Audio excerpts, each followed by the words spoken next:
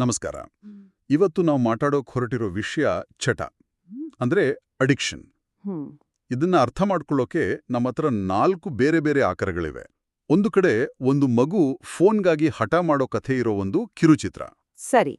ಇನ್ನೊಂದು ಕಡೆ ಈ ಚಟದ ಹಿಂದೆ ನಮ್ಮ ಮೆದುಳಲ್ಲೇ ನಡೆಯೋ ರಾಸಾಯನಿಕಗಳ ಆಟವನ್ನ ವಿವರಿಸೋ ವಿಜ್ಞಾನ. ಹೌದು. ಮೂರನೇದು, ನಮ್ಮ ಇವತ್ತಿನ ಸಮಾಜವೇ ಹೇಗೆ ಚಟಕ್ಕೆ ಒಂದು ಪರ್ಫೆಕ್ಟ್ ವಾತಾವರಣ ಸೃಷ್ಟಿ ಮಾಡ್ತಿದೆ ಅನ್ನೋ ಒಂದು ವಿಶ್ಲೇಷಣೆ. ಮತ್ತು ನಾಲ್ಕನೆಯದು, ಬಹುಶಃ ಅತಿ ಮುಖ್ಯವಾದದ್ದು, ಈ ಚಕ್ರದಿಂದ ಹೊರಗೆ ಬರೋ ದಾರಿಗಳನ್ನ ತೋರಿಸೋ ಒಂದು ವರವಿ. ಎಕ್ಸಾಕ್ಟ್ಲಿ. ಸೊ ನಮ್ಮ ಇವತ್ತಿನ ಉದ್ದೇಶ ಈ ಎಲ್ಲಾ ತುಣುಕುಗಳನ್ನ ಜೋಡಿಸಿ ಒಂದು ದೊಡ್ಡ ಚಿತ್ರಣವನ್ನ ನೋಡೋದು. ಹೌದು. ಚಟ ಅನ್ನೋದು ಕೇವಲ ಒಬ್ಬ ವ್ಯಕ್ತಿಯ ಕೆಟ್ಟ ಅಭ್ಯಾಸ ಅಲ್ಲ, ಅದೊಂದು ಕಥೆ. ಅದಕ್ಕೆ ವೈಯಕ್ತಿಕ, ವೈಜ್ಞಾನಿಕ, ಸಾಮಾಜಿಕ ಹೀಗೆ ಹಲವು ಮುಖಗಳಿವೆ ಅಲ್ವಾ? ಖಂಡಿತ. ಹಾಗಾದ್ರೆ ಆ ಕಥೆಯಿಂದಲೇ ನಮ್ಮ ಚರ್ಚೆಯನ್ನು ಶುರು ಮಾಡೋಣ.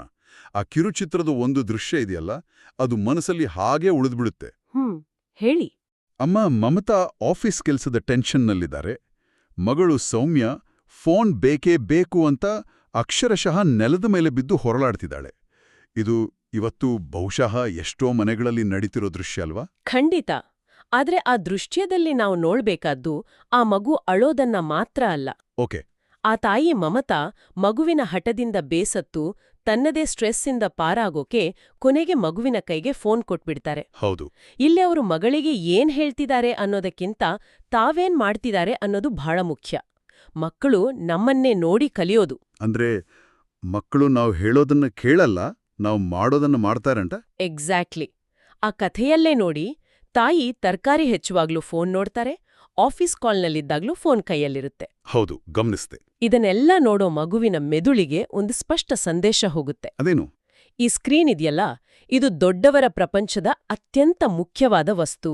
ತಾಯಿಯ ಗಮನ ಬೇಕು ಅಂದ್ರೆ ಆ ವಸ್ತುವಿನ ಜೊತೆ ಸ್ಪರ್ಧೆ ಮಾಡ್ಬೇಕು ಅಂತ ಅದು ಗೊತ್ತಾಗುತ್ತೆ. ಇದು ಕೇವಲ ಅನುಕರಣೆ ಅಷ್ಟೇ ಅಲ್ಲ ಅಂದ್ರಿ. ನಮ್ಮ ಒಂದು ಸೋರ್ಸ್ನಲ್ಲಿ ಇದಕ್ಕೊಂದು ಒಳ್ಳೆ ಪದ ಇದೆ, ಇಮೋಷನಲ್ ಪ್ಯಾಸಿಫೈಯರ್. ಅಂದ್ರೆ ಭಾವನಾತ್ಮಕವಾಗಿ ಸಮಾಧಾನ ಮಾಡೋ ಒಂದು ವಸ್ತು. ತಾಯಿ ತನ್ನ ಸ್ಟ್ರೆಸ್ಗೆ ಫೋನ್ ಬಳಸ್ತಾರೆ, ಮಗುವನ್ನ ಸುಮ್ನಾಗಿಸೋಕೆ ಅದನ್ನೇ ಕೊಡ್ತಾರೆ. ಸೊ ಮಗುವಿನ ಮೆದುಳು ಒಂದು ಸಿಂಪಲ್ ಈಕ್ವೇಷನ್ ಕಲಿಯುತ್ತೆ. ಬೇಜಾರಾದ್ರೆ ಫೋನ್ ಸರಿ ಮಾಡುತ್ತೆ. ಹೌದು. ನೀವು ಚಟದ ಮೂಲವನ್ನೇ ಹಿಡಿದಿದ್ದೀರಿ. ಆ ಸಣ್ಣ ವಯಸ್ಸಲ್ಲೇ ಚಟದ ಬೀಜ ಬಿತ್ತಿದ ಹಾಗೆ. ಸಮಾಧಾನ ಬೇಕು ಅಂದ್ರೆ ಫೋನ್ ಬೇಕು ಅನ್ನೋ ಒಂದು ನ್ಯೂರಲ್ ಪಾಥ್ವೆ, ಅಂದ್ರೆ ನರಮಂಡಲದ ದಾರಿ ಮೆದುಳಲ್ಲಿ ಗಟ್ಟಿಯಾಗ್ತಾ ಹೋಗುತ್ತೆ. ಆದ್ರೆ ಇದೇ ಕಥೆಯಲ್ಲಿ ಒಂದು ಸಣ್ಣ ಭರವಸೆಯೂ ಇದೆ. ಶಿವ ಅನ್ನೋ ಇನ್ನೊಂದು ಹುಡುಗ. ಹೌದು. ಅವನ ಪ್ರಪಂಚನೇ ಪುಸ್ತಕಗಳು.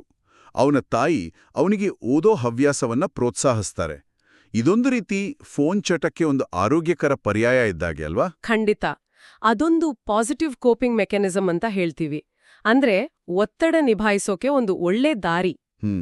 ಆದ್ರೆ ಸೌಮ್ಯಳ ವರ್ತನೆಯಲ್ಲಿ ಆಗೋ ಬದಲಾವಣೆ ನಿಜಕ್ಕೂ ಆತಂಕಕಾರಿ. ಅವಳು ಬೇರೆಯವರ ಮನೆಗೆ ಹೋದಾಗ, ಹೌದು, ಆ ದೃಶ್ಯ, ಗೊಂಬೆಯನ್ನ ಬಿಸಾಕಿ ಅವ್ರ ಫೋನ್ ಕದಿಯೋಕೆ ಪ್ರಯತ್ನಿಸ್ತಾಳೆ. ಹೌದು. ಇದು ಚಟ ನಮ್ಮ ನೈತಿಕ ದಿಕ್ಸೂಚಿಯನ್ನೇ, ಅಂದ್ರೆ ನಮ್ಮ ಮಾರಲ್ ಕಾಂಪಸ್ ಅನ್ನೇ ಹೇಗೆ ಹೈಜಾಕ್ ಮಾಡುತ್ತೆ ಅನ್ನೋದಕ್ಕೆ ಒಂದು ಉದಾಹರಣೆ. ಅಂದ್ರೆ ಆ ಫೋನ್ ಸಿಗಬೇಕು ಅನ್ನೋದೇ ಅವಳ ಒಂದೇ ಗುರಿ. ಅದಕ್ಕೋಸ್ಕರ ಸರಿ ತಪ್ಪು ನಿಯಮಗಳು ಯಾವುದೂ ಲೆಕ್ಕಕ್ಕೆ ಬರೋದಿಲ್ಲ. ನಿಖರವಾಗಿ. ಅವಳ ಆಕ್ರಮಣಕಾರಿ ವರ್ತನೆ, ಆ ಕಳ್ಳತನದ ಯೋಚನೆ ಎಲ್ಲವೂ ಆ ಡೋಪಮೀನ್ ಹಿಟ್ ಪಡೆಯೋ ಒಂದೇ ಉದ್ದೇಶದಿಂದ ಬಂದಿರುತ್ತೆ. ಆ ಮಗುವಿನ ವರ್ತನೆ ನೋಡಿದ್ರೆ ಆಶ್ಚರ್ಯ ಆಗತ್ತೆ. ಕೇವಲ ಒಂದು ಫೋನ್ಗಾಗಿ ಒಬ್ಬ ವ್ಯಕ್ತಿ ಅಷ್ಟೊಂದು ಬದಲಾಗೋಕೆ ಹೇಗೆ ಸಾಧ್ಯ? ಇದು ಬರೀ ಹಠಾನ ಅಥವಾ ಮೆದುಳಿನಲ್ಲಿ ಏನಾದರೂ ಕೆಮಿಕಲ್ ರಿಯಾಕ್ಷನ್ ಆಗ್ತಾ ಇರುತ್ತಾ? ಇದು ಬರೀ ಹಠ ಖಂಡಿತ ಅಲ್ಲ. It's pure brain chemistry. ಇಲ್ಲೊಂದು ಕುತೂಹಲಕಾರಿ ವಿಷಯ ಇದೆ ಗೊತ್ತಾ? ಹೇಳಿ. ನಮ್ಮ ಮೆದುಳು ಇನ್ನೂ ಹಳೇ ಕಾಲದ ಆಪರೇಟಿಂಗ್ ಸಿಸ್ಟಮ್ನಲ್ಲೇ ಓಡ್ತಿದೆ. ಸಾವಿರಾರು ವರ್ಷಗಳ ಹಿಂದೆ ನಮ್ಮ ಪೂರ್ವಜರು ಕಾಡಿನಲ್ಲಿದ್ದಾಗ ಅವರಿಗೆ ಆಹಾರ, ನೀರು ಅಥವಾ ಸುರಕ್ಷಿತ ಜಾಗ ಸಿಕ್ಕಾಗ ಮೆದುಳು ಡೋಪಮೀನ್ ಅನ್ನೋ ಒಂದು ರಿವಾರ್ಡ್ ಕೆಮಿಕಲ್ ರಿಲೀಸ್ ಮಾಡ್ತಿತ್ತು. ಓಕೆ, ಶಬಾಸ್, ಇದನ್ನೇ ಮತ್ತೆ ಮಾಡು, ಇದು ನಿನ್ನ ಬದುಕಿಗೆ ಒಳ್ಳೇದು ಅಂತ ಹೇಳಿದ ಹಾಗೆ. ಅದು ನಮ್ಮನ್ನ ಬದುಕಿಸೋ ಒಂದು ತಂತ್ರ ಆಗಿತ್ತು. ಒಂದು ನಿಮಿಷ, ಅಂದ್ರೆ ನಮ್ಮನ್ನ ಬದುಕಿಸಬೇಕಾಗಿದ್ದ ಸಿಸ್ಟಮ್ ಇವತ್ತು ನಮಗೆ ಪ್ರಾಬ್ಲಮ್ ಕೊಡ್ತಿದ್ಯಾ? ಇದು ಹೇಗೆ ಸಾಧ್ಯ? ಹೌದು. ನಮ್ಮ ಒಂದು ಸೋರ್ಸ್ನಲ್ಲಿ ಇದಕ್ಕೊಂದು ಅದ್ಭುತ ಹೋಲಿಕೆ ಇದೆ. ಅದನ್ನ ಸೂಪರ್ ನಾರ್ಮಲ್ ಸ್ಟಿಮ್ಯುಲಸ್ ಅಂತ ಕರೀತಾರೆ. ಹೌದು. ಅಂದ್ರೆ ಒಂದು ಹಕ್ಕಿ ಮರಿಗೆ ತನ್ನ ತಾಯಿಯ ನಿಜವಾದ ಮೊಟ್ಟೆಗಿಂತ ಯಾರೋ ಮಾಡಿದ ದೊಡ್ಡ ಹೆಚ್ಚು ಬಣ್ಣದ ನಕಲಿ ಮೊಟ್ಟೆ ಹೆಚ್ಚು ಆಕರ್ಷಕವಾಗಿ ಕಾಣಿಸುತ್ತಂತೆ. ನಮ್ಮ ಮೆದುಳಿಗೂ ಸೋಷಿಯಲ್ ಮೀಡಿಯಾದ ಲೈಕ್ಸ್ಗಳ ಜೊತೆ ಹೀಗೆ ಆಗ್ತಿದೆಯಾ? Perfect analogy. ನೀವ್ ಹೇಳಿದ್ದು 100ಕ್ಕೆ 100 ಸರಿ. ಇಂದಿನ ಡ್ರಗ್ಸ್, ಆಲ್ಕೋಹಾಲ್, ಜೂಜು ಅಥವಾ ಸ್ಕ್ರೀನ್ಗಳು ಅವು ಆ ದೈತ್ಯ ನಕಲಿ ಮೊಟ್ಟೆಗಳಿದ್ದಂತೆ. ಅಬ್ಬಾ, ಅವು ನೈಸರ್ಗಿಕವಾಗಿ ಸಿಗೋ ಖುಷಿಗಿಂತ 10-100 ಕೆಲವೊಮ್ಮೆ 1000 ಪಟ್ಟು ಹೆಚ್ಚು ಡೋಪಮಿನ್ ರಿಲೀಸ್ ಆಗೋ ಹಾಗೆ ಮಾಡ್ತವೆ. ನಮ್ಮ ಮೆದುಳು ಒಂದೈತು ಪ್ರವಾಹಕ್ಕೆ ಸಿಕ್ಕಾಕೊಂಡ ಹಾಗೆ ಆಗುತ್ತೆ. So the brain gets strict? ಇದು ನಿಜವಾದ ಬದುಕಿನ ರಿವಾರ್ಡ್ ಅಂತ ಅದು ಅಂದ್ಕೊಳ್ಳುತ್ತೆ. ಎಕ್ಸಾಕ್ಟ್ಲಿ. ಕಾಲಕ್ರಮೇಣ ಏನಾಗುತ್ತೆ ಅಂದ್ರೆ ಆ ಕೃತಕ ಆನಂದಕ್ಕೆ ಮೆದುಳು ಒಗ್ಗಿಕೊಳ್ಳುತ್ತೆ. ಆಗ ಮಾಮೂಲಿ ಖುಷಿ, ಸ್ನೇಹಿತರ ಜೊತೆ ಮಾತಾಡೋದು, ಸೂರ್ಯೋದಯ ನೋಡೋದು. ಹೌದು, ಇದೆಲ್ಲ ಮೆದುಳಿಗೆ ಸಪ್ಪೆ, ಬೋರಿಂಗ್ ಅನ್ಸೋಕ್ ಶುರುವಾಗತ್ತೆ. ಅದಕ್ಕೆ ಮತ್ತೆ ಮತ್ತೆ ಅದೇ ಹೈ ಬೇಕು. ಇದೇ ಚಟದ ಜೈವಿಕ ಬಲೆ. ಇದು ವ್ಯಕ್ತಿಯ ಇಚ್ಛಾಶಕ್ತಿಯ ಸೋಲಲ್ಲ, ಇದು ಮೆದುಳಿನ ಒಂದು ದೀರ್ಘಕಾಲದ ಅಸ್ವಸ್ಥತೆ.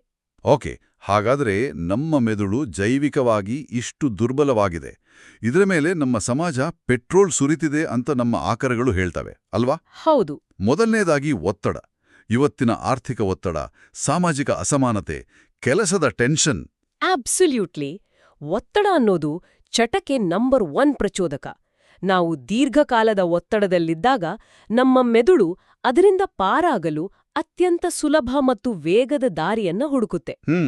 ಒಂದು ಸಿಗರೆಟ್ ಸೇದೋದಕ್ಕಿಂತ, ಒಂದು ಪೆಗ್ ಹಾಕೋದಕ್ಕಿಂತ, ಅಥವಾ ಇನ್ಸ್ಟಾಗ್ರಾಮ್ನಲ್ಲಿ ಗಂಟೆಗಟ್ಲೆ ಸ್ಕ್ರೋಲ್ ಮಾಡೋದಕ್ಕಿಂತ ಸುಲಭ ದಾರಿ ಇನ್ನೇನಿದೆ?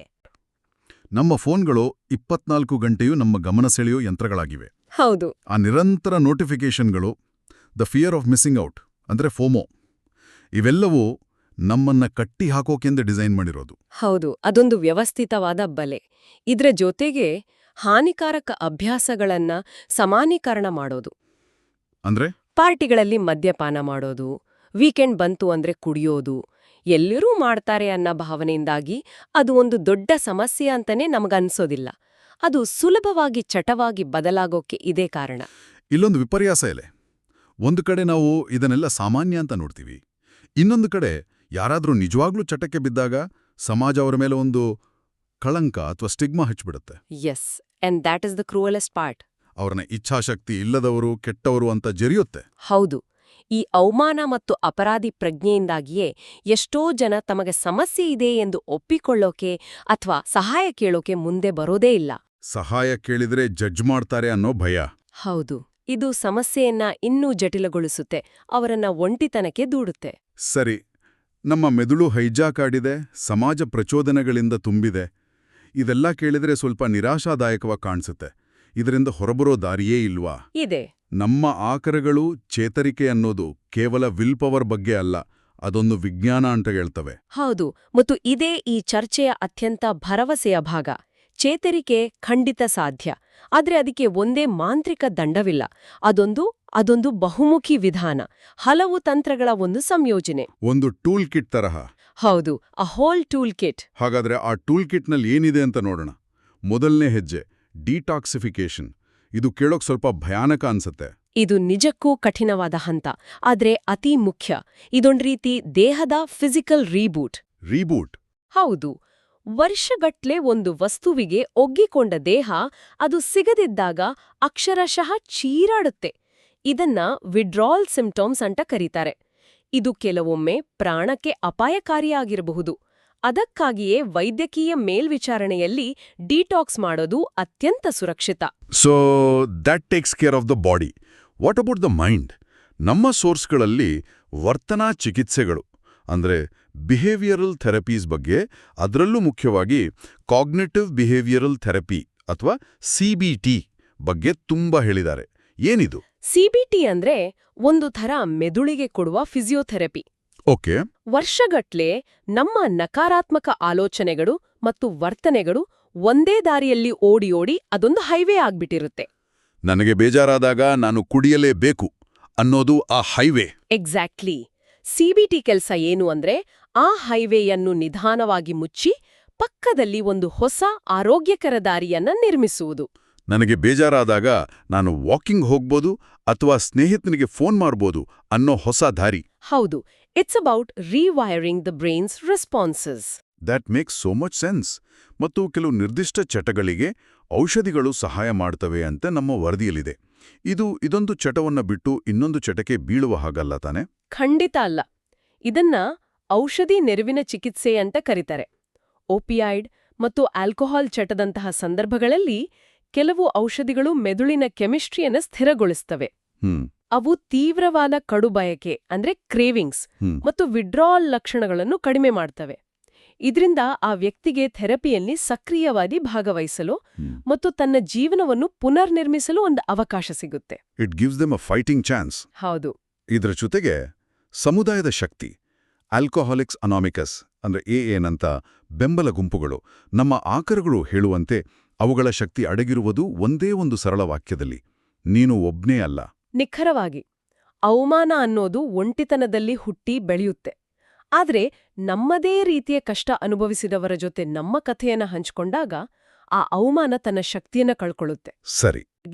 ಚೇತರಿಕೆ ಅನ್ನೋದು ಒಂದು ನಿರಂತರ ಪ್ರಯಾಣ, ಅದೊಂದು ತಲುಪಬೇಕಾದ ಜಾಗವಲ್ಲ ಅನ್ನೋದನ್ನ ಅರ್ಥ ಮಾಡ್ಕೊಳ್ಳೋದು ಬಹಳ ಮುಖ್ಯ. ಸಕ್ಕರೆ ಕಾಯಿಲೆಯ ಹಾಗೆ. ಹೌದು. ಒಳ್ಳೆ ದಿನಗಳಿರ್ತವೆ, ಕೆಟ್ಟ ದಿನಗಳೂ ಇರ್ತವೆ, ಆದರೆ ಆರೋಗ್ಯದ ಕಡೆಗಿನ ಬದ್ಧತೆ ಮುಂದುವರಿಯುತ್ತೆ. ನಾವು ಮುಗಿಸೋದಕ್ಕಿಂತ ಮುಂಚೆ ನಮ್ಮ ಸೋರ್ಸ್ನಲ್ಲಿ ಒಂದು ಬಹಳ ಮುಖ್ಯವಾದ ಮಾಹಿತಿ ಇದೆ. ಭಾರತ ಸರ್ಕಾರದ ನಶಾಮುಕ್ತ ಭಾರತ ಅಭಿಯಾನದ ಅಡಿಯಲ್ಲಿ ಒಂದು ರಾಷ್ಟ್ರೀಯ ಟೋಲ್ ಫ್ರೀ ಸಹಾಯವಾಣಿ ಇದೆ. ಅದರ ಸಂಖ್ಯೆ 14446. ಓ, ಇದು ಬಹಳ ಉಪಯುಕ್ತ ಮಾಹಿತಿ. ಹೌದು. ತಮಗೂ ಅಥವಾ ತಮ್ಮ ಪ್ರೀತಿ ಪಾತ್ರರಿಗೋ ಸಹಾಯ ಬೇಕಿದ್ದಲ್ಲಿ ಇದೊಂದು ನಕ್ಕರವಾದ ಮೊದಲ ಹೆಜ್ಜೆಯಾಗಬಹುದು. That's a great resource. ಇವತ್ತಿನ ನಮ್ಮ ಚರ್ಚೆಯನ್ನ ಒಟ್ಟಾಗಿ ನೋಡಿದಾಗ ನಮ್ಮ ಎಲ್ಲಾ ಆಕರಗಳು ಎಷ್ಟು ಸುಂದರವಾಗಿ ಒಂದಕ್ಕೊಂದು ಬೆಸೆದುಕೊಂಡಿವೆ ಅಂಕ ಗೊತ್ತಾಗತ್ತೆ. ಹೌದು. ಆ ಕಿರುಚಿತ್ರ ನಮಗೆ ಸಮಸ್ಯೆ ಹೇಗೆ ಹುಟ್ಟುತ್ತೆ ಅಂತ ತೋರಿಸಿದ್ರೆ, ನರವಿಜ್ಞಾನವು ಅದು ಯಾಕೆ ಅಷ್ಟು ಶಕ್ತಿಶಾಲಿ ಅಂತ ವಿವರಿಸಿತು. ಸಮಾಜದ ವಿಶ್ಲೇಷಣೆ ಎಲ್ಲಿ ಸಮಸ್ಯೆ ಬೆಳೆಯುತ್ತೆ ಅಂತ ತೋರಿಸಿತು. ಮತ್ತು ಚಿಕಿತ್ಸಾ ಯೋಜನೆಗಳು ಈಗ ಮುಂದೇನು ಅನ್ನೋ ದಾರಿಯನ್ನ ತೋರಿಸಿದ್ವು. ಎಕ್ಸಾಕ್ಟ್ಲಿ. ನಾವು ಒಂದು ಮಗು ಫೋನ್ಗಾಗಿ ಅಳೆಯುವುದರಿಂದ ಶುರುಮಾಡಿ ಮೆದುಳಿನ ರಸಾಯನಶಾಸ್ತ್ರದವರೆಗೆ ಬಂದು ತಲುಪಿದ್ದೇವೆ. ನನಗನ್ಸ್ತಂತೆ ಇವತ್ತಿನ ದೊಡ್ಡ ಪಾಠ ಅಂದ್ರೆ ಚಟದಿಂದ ಹೊರಬರುವುದು ಬೇಡ ಎಂದು ಹೇಳುವ ಅಸಾಧಾರಣ ಇಚ್ಛಾಶಕ್ತಿಯ ಬಗ್ಗೆ ಅಲ್ಲ, ಬದಲಾಗಿ ಅದು ಪುನರ್ನಿರ್ಮಾಣದ ಬಗ್ಗೆ.